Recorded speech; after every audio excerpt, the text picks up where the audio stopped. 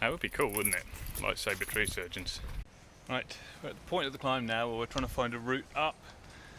And thankfully my tree is actually unusually easier than it looks to get to where I want to be. The crew for this job are Christian Kane helping me with the climbing and James Kerry on the ground. The oaks are protected and I'm hoping to use this as an opportunity to showcase our work to the tree officer. The aim is not to over-reduce the trees, but to stick to good pruning principles and quality work. We prefer crown reduction with proper reduction cuts like this over a pollard for this type of tree, an oak, because it channels the growth into this branch which is already here. It's a branch that's well anchored in. If we cut with a truncation cut or a topping cut, it would stimulate epicormic regrowth from dormant buds. That's very vigorous, very ugly, very crowded, weakly attached, and the goal of it is just to replace the lost crown. So you end up with an ugly crown, you spoil the shape of the tree, you make it potentially dangerous in the long term, you introduce decay. This helps to prevent decay setting in. So it depends on the type of tree. You might pollard a tree that has very good codit, compartmentalization of decay, and very rapid regrowth. Those are the two prerequisites. So on this job we have a load of mature oak trees along a stream at the end of the garden, which we're reducing.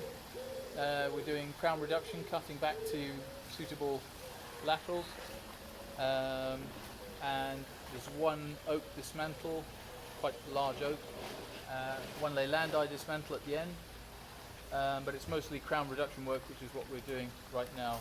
I'm in probably one of the nuttiest work positions I've ever been in.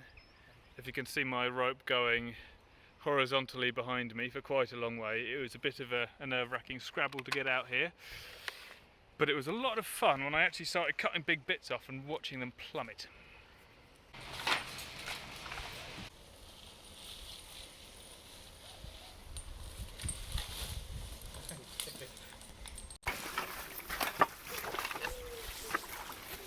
So this tree, we've spoken to the tree officer and he's given us the go-ahead to act on our own judgment. And because of its lean towards the house, and because of the stream here eroding the bank, and its lack of roots under tension behind its lean, the decision's been made to take the tree out. Yeah, what Klaus Matic says, he's written a lot on tree biomechanics, is if you have erosion, it's not necessarily a problem, it's just whether the erosion happens slowly enough that the tree can adapt. And the way it adapts is, instead of the roots on this side acting like tension cables, they become like pillars. So they get thicker and thicker and thicker and act like struts or pillars instead of cables. But to be on the safe side, we've taken it out. 2 weeks prior to this, I fixed mine and Christian's Steel MS200. They excel in operations like this dismantle, where high cutting speed gains better control over the branch and opens up options for the climber.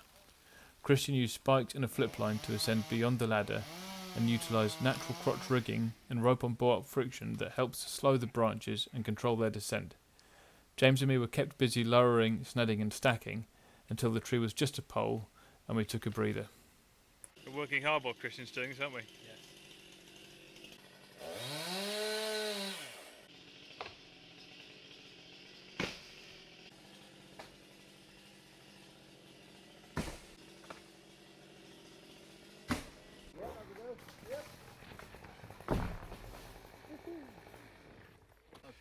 So this dark stuff is the heartwood. That's old sapwood, which finally ends up as heartwood, which is a structural wood that doesn't conduct any water or minerals or anything like that. Then you've got the sapwood.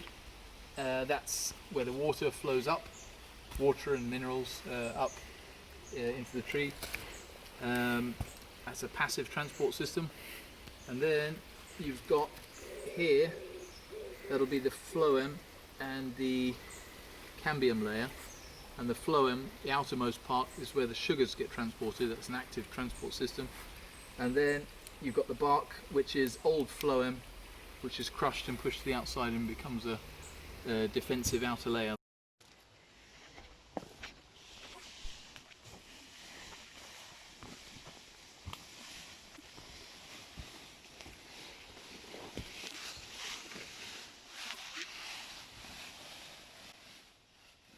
So what are we up against then, James?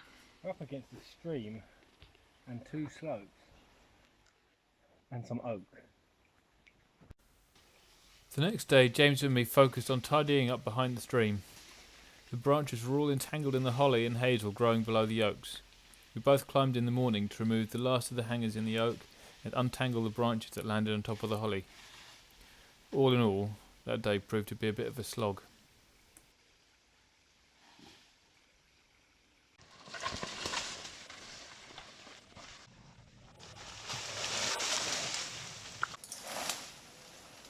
Those trees in the background are almost done. We've got a lot of hangers and a bit more work to do on the back side of mine. James and me will be getting up early to do some work on his truck so he can chip into it. He's going to Maidstone now because it's on his way home, so he's going to empty his truck of logs so it's empty for tomorrow.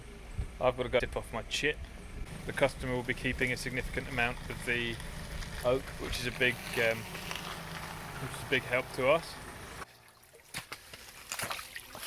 And I'm sploshing through the stream for dramatic effect.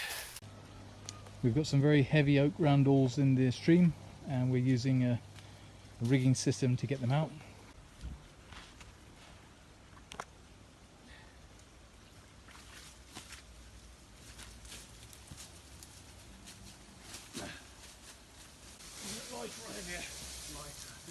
Hold on a sec. Can you hold that? I'll try. Yeah, I got it. Yeah, it's on the wrong side of it.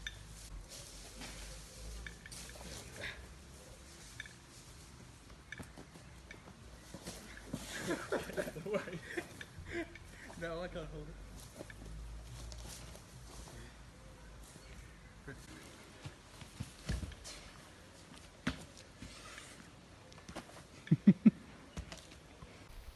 About 5:30 Friday evening, and we've finished.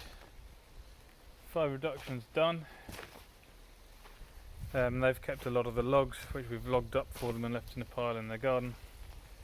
Tidied up, blown away all the sawdust. Dismantle's done. There was another stem to that Leylandii at the back of the garden there, and that's been taken out. Home time. Beer time.